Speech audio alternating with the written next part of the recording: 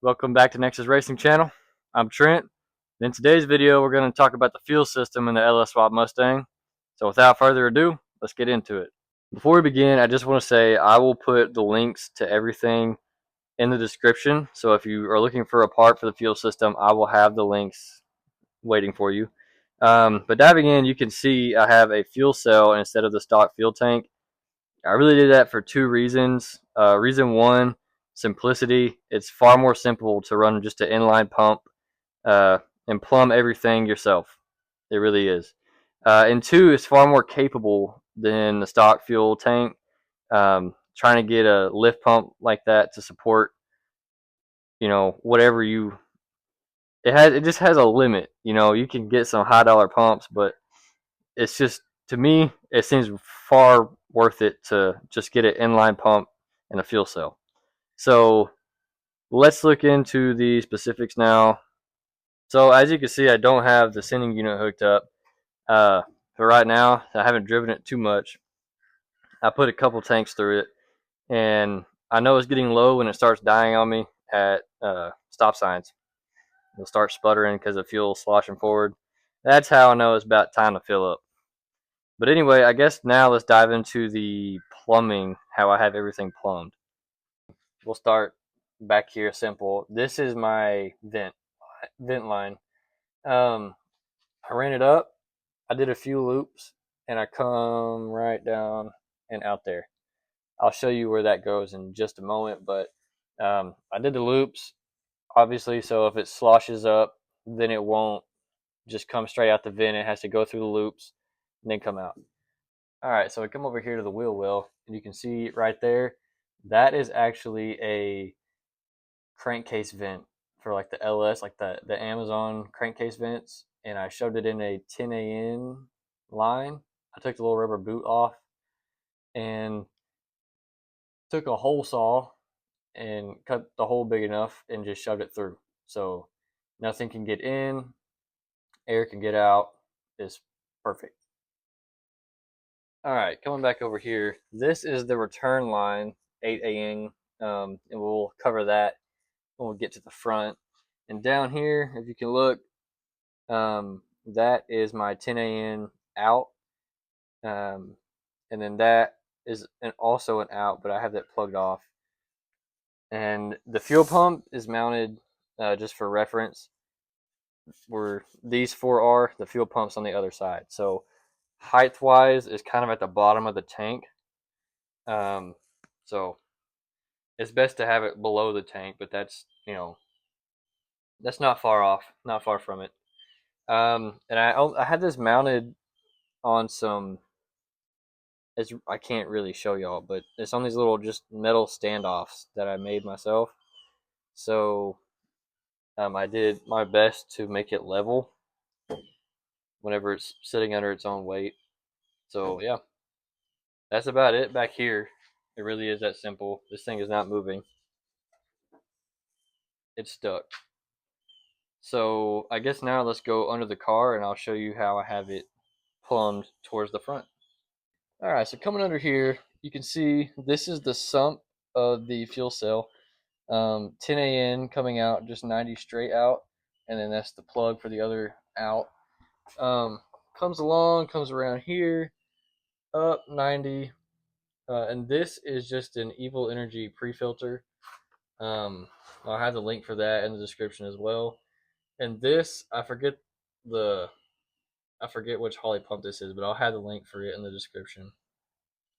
Um, Pretty simple, and got power and ground going to it, and then straight into a Evil Energy post filter, which is leaking a little bit. It looks like, maybe, I don't know. So this goes from 10, and I believe it next down. Yeah, I think you can run these at 10AN, but it ends up having to neck down. I think right here it necks down to 8 from the pump.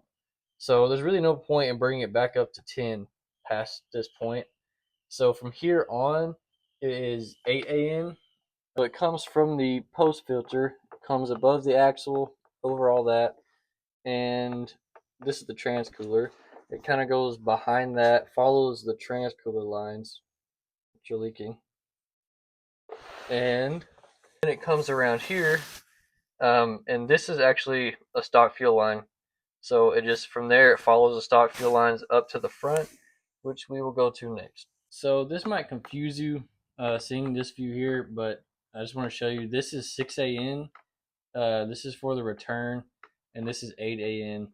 I ran them at different times. I don't know why I didn't run them together right here. They split off, and then they run up together again. They come up here, and they come up through there by the brake booster, and that's where I have the fuel pressure regulator. So let's go over there. So coming up here, you can see this is the 8 AN that comes into that feeds the pressure regulator, which this is just an Amazon pressure regulator. It's just the cheap one. Haven't had any problems with it. I have a pressure sensor hooked up that goes to the Holley system. I don't have the gauge on there, but it has not given me any problems. It's very consistent. I would definitely recommend it.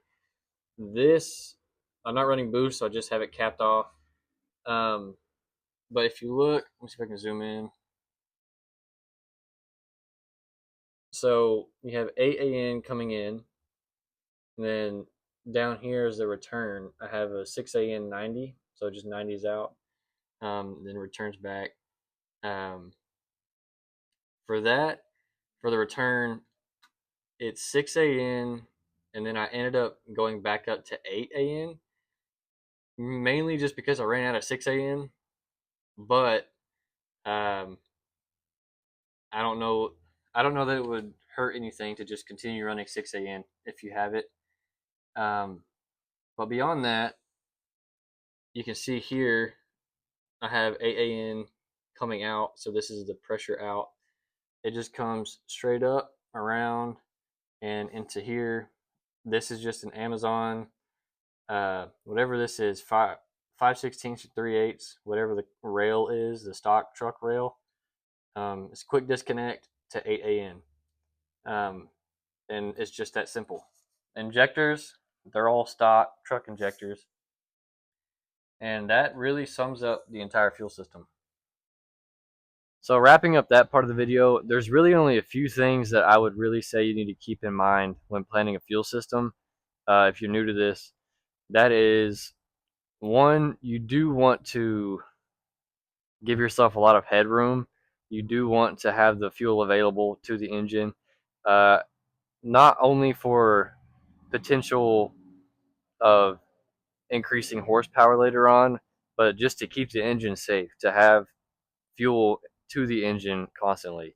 Um, that being said, you can easily overcomplicate and overspend on parts that's not necessary for what you have. I kept running into that when I was trying to plan the fuel system.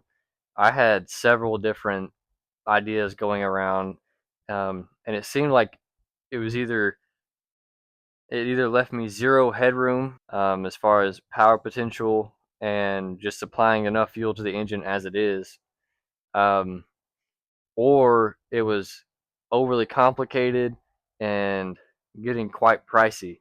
So I think here I found a good mix for my build personally. It should be capable of 700-800. I think about 800 would probably be about maxed out. So be sure to plan accordingly as far as where you want the car to be in the future, um, and how do I make it safe right now. Uh, I think the biggest thing, you're always gonna want, you're always gonna wish you bought something bigger. Like I wish I would have got a Steve Morris big block to put in here, but I have a LS, right, a junkyard LS. So you're always gonna want to have spent more. So what I'd say to that is, if you're just getting the car together, I would get something that's plenty capable of where you're at now, and that's where I keep it until you run out of fuel, until you run out of headroom and you need to upgrade. I think that's a far better bet. Um, so I would just keep that in mind. But that is something that really I needed clarification on was how do I not overspend and overbuild, but how do I not underspend and underbuild? So hopefully that helps y'all. Thank y'all for watching, and until next time.